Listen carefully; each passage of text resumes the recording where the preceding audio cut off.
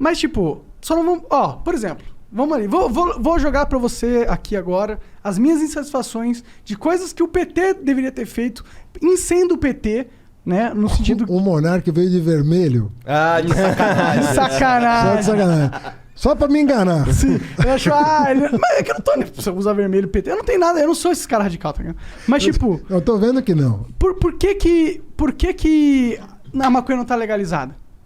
É uma pauta de vocês. Eu acredito que deveria ser, pelo menos. Faz todo sentido. Porque a maconha foi algo político, ser usado político pra submeter. Mesmo aquela coisa da escravidão. Você aprova uma lei que só o alfabeto pode votar. Analfabeto. Alfabetizado pode votar. Tá. E aí, nos Estados Unidos, aconteceu a mesma coisa. Tu pegava... o que a comunidade tá usando? Maconha. Na comunidade negra. Que ela tá usando? Maconha. Vamos fazer o quê? Vamos proibir maconha? Porque aí nós temos uma desculpa pra proibir É muito a comunidade. recente a proibição da maconha. É. Então, isso é uma pauta que, pô, em teoria, muito máxima... recente. Estourou movimento, assim, nos Estados Unidos lá foi o gatilho pra uma porrada de coisa, né? E a gente meio que copiou essa... Acho que é um pouco anterior à lei seca. Não é muito anterior à lei seca. E por Só quê? que a proibição da maconha? É. Ela é um pouco anterior à lei seca. A lei seca caiu e essa não. Então por que o PT não batalhou nesse sentido, por exemplo? Porque uma das frustrações do gordinho médio do Brasil é que, porra, o PT fala que tem essas pautas de esquerda, mas milhares de pautas de esquerda que são muito importantes, ele não deu... Não lutou, tá ligado? Tipo, ele lutou nessa questão da maconha. Na época, a Dilma deu isenção de impostos pras maiores empresas do mundo, do Brasil, tá ligado? Então, tipo, é meio... Você fala, porra, mano, fala uma coisa... É legal, mas e aí? Eu quero fumar maconha. Eu não posso nem fumar no meu programa minha maconha sem ter que ir lá na polícia, literalmente. Falar com o delegado responder, dar depoimento. É a situação do meu país agora. Você sabe, tem uma... Primeiro assim, você escolhe as brigas que você vai comprar, né? E você escolhe com base na tradição que você veio, né?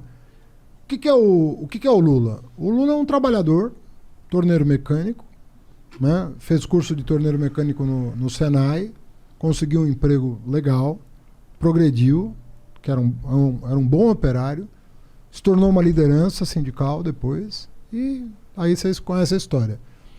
A cabeça do Lula é uma cabeça muito do cara que veio do Nordeste com fome, muito, muito, muito. O Lula, eu diria para você que são 3 coisas que marcam muito a formação do Lula. Na minha visão, pode ser que ele ouça isso aqui e fale, porra, você não entendeu nada, né? Porque é ele que tem que dizer dele, mas como eu vejo o Lula com 3 coisas que marcaram a vida dele. A fome, a vinda com a mãe, os irmãos, sem pai, o caramba, né? Do Nordeste, pau de arara, vender amendoim, engraxar sapato, essas coisas, marcou. 2, o fato de não ter estudado, era uma coisa doída para ele, não ter estudado. 3, o avanço do movimento sindical. A luta dos trabalhadores no movimento sindical. O fato de que a luta permite dividir melhor o produto, o resultado da produção. Eu diria para você que o Lula tem essas 3 coisas muito na cabeça dele, que é a história de vida dele. Veja você que para cada uma dessas angústias, vamos dizer assim, ele fez as maiores ações do governo dele. Combater a fome, ninguém deixar de comer, abrir a porta da educação para o pobre, sobretudo no nível superior, que ele gostaria de ser economista e não é, e que o trabalhador tivesse dignidade no emprego, recebesse um salário mais digno. E no governo dele, todo ano, o trabalhador avançava um pouquinho umas casas e podia comprar mais, podia viver melhor. É o tal da picanha com a cerveja que ele brinca, né? Uhum. É a vida dele. Ou seja, se ele fosse maconheiro, a maconha estaria liberada. O que eu quero dizer é o seguinte, por que é importante você ser um democrata?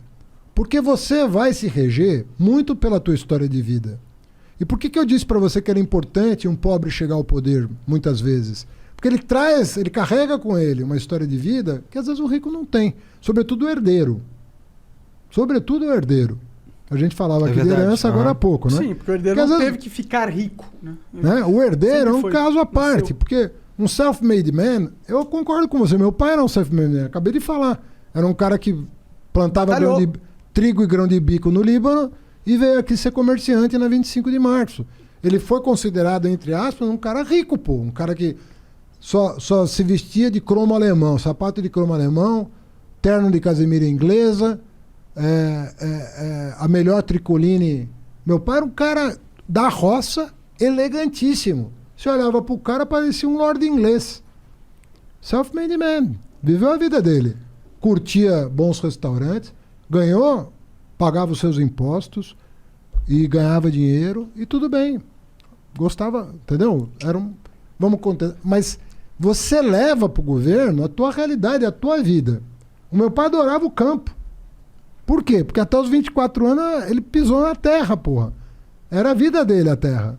O meu pai, a gente tinha família no interior, todas as férias a gente passava no interior de São Paulo. Por quê? Porque ele via lá, ele ia pra fazenda dos meus tios. Ver o café crescer, ver a laranja crescer, ver a cana crescer, ver o gado engordar. A vida dele. Ele não tá muito ligado a essas pautas de drogas. Então, você tá dizendo. o Lula comprou as brigas que ele achava Que eram importantes pra alma dele, no pela momento. experiência dele, que eram as coisas mais importantes do mundo. Obviamente que se amanhã pinta outro presidente com outra história de vida, vai levar para a presidência outra. Outras experiências, outras coisas Porque concretas. eu entendo essa parada, eu entendo que Você mesmo, se você um dia, sei lá, Não. Não, mas vamos supor que você um dia enche o saco e fala, quer saber? Cansei de Tô ganhar com dinheiro. 40 anos, tô rico, vou ajudar o Brasil. Você é um cara talentoso, você é um cara que chama público, de repente você tem voto pra caramba. Você vai levar as tuas preocupações também pro governo. Mas é que é uma pauta muito importante essa, tá ligado? Não é Muito só a questão importante. do lazer, de eu poder de lazer, ou porque eu tenho ansiedade. Eu não fumo isso por lazer, de verdade eu não fumo. Mas é uma parada de ansiedade. Você é minha. O quê? muito acelerado. Sou de nossa. É insuportável. Sim. E isso aqui me acalma. Então, pelos amigos que você Pô! Não, é por Obrigado, mim, moleque. Mas eles acabam se beneficiando. Mas, tipo, isso é uma coisa. Mas o problema da criminalização das drogas vai muito além. Claro, a gente vê o que está acontecendo. É a questão de. É uma desculpa para você criminalizar o jovem de periferia. É uma desculpa, não é? A maioria das pessoas que estão presas agora é por quê? Por que elas estão presas? Eu acho que é 1/3. Deve ser tráfico, deve ser algo assim. E é algo que... Pô, Não, a e o gente grande traficante não está preso. Claro, isso que é que o a gente AS, sabe. desculpa. O grande traficante não está preso. Sim, exato. Então, pô, não é uma pauta que tem a ver só, o Lula não é da...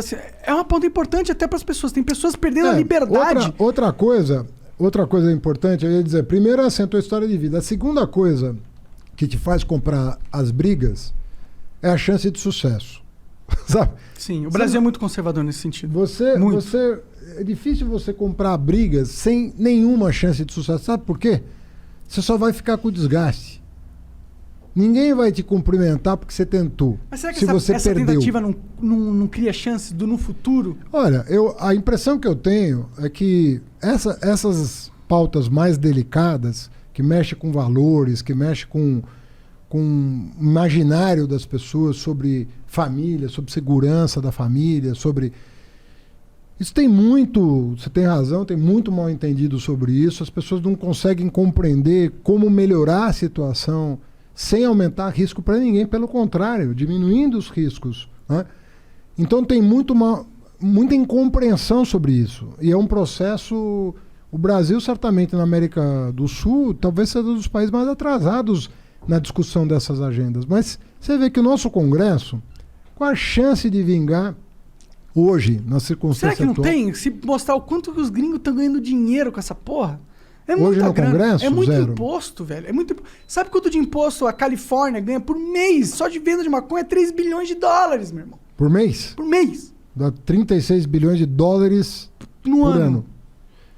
Mas é o que eu tô te falando. O Uruguai É agora todo foi nessa mundo. linha. Porque é o seguinte, É que o Uruguai, eu tava falando pra ele. sabe qual foi o erro do Uruguai também, né? O erro? É, O você sabe. Estado Você não sabe? controla a produção, caralho. Isso eu não sabia. É um erro do Uruguai. O Uruguai... Tipo, hoje o em dia, se eu Estado quiser controla- plantar na minha casa e vender, eu não posso. Eu tenho que ter uma autorização. Tem que ser uma farmácia pra vender, entendeu? Isso é muito ruim. Porque o que Não acontece? é como na Holanda. Não, como nos Estados Unidos. Você restringe demais a demanda. Quando você... A oferta. Quando você restringe a oferta, o que as pessoas vão fazer? Tem uma demanda. Se a oferta legal não supre a demanda, a demanda vai comprar ilegalmente. Você sabe que teve uma lei em 2006 que queria flexibilizar o lance do porte, né? Do cara com baseado não ser preso. E a lei tinha essa intenção, mas ela foi escrita de um jeito que deu mais poder ainda para a repressão.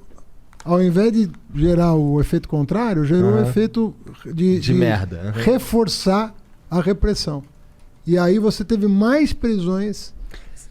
Hoje você está com as penitenciárias lotadas e você vai ver assim, bom, é o traficante que eu peguei? Não, é o cara que estava com um beckzinho ali na esquina e que ele era negro, tomou um tapa na orelha, respondeu às vezes para a autoridade, já foi por desacato, já deu a confusão toda. Não tem uma estatística que 50% dos casos não foram nem julgados ainda?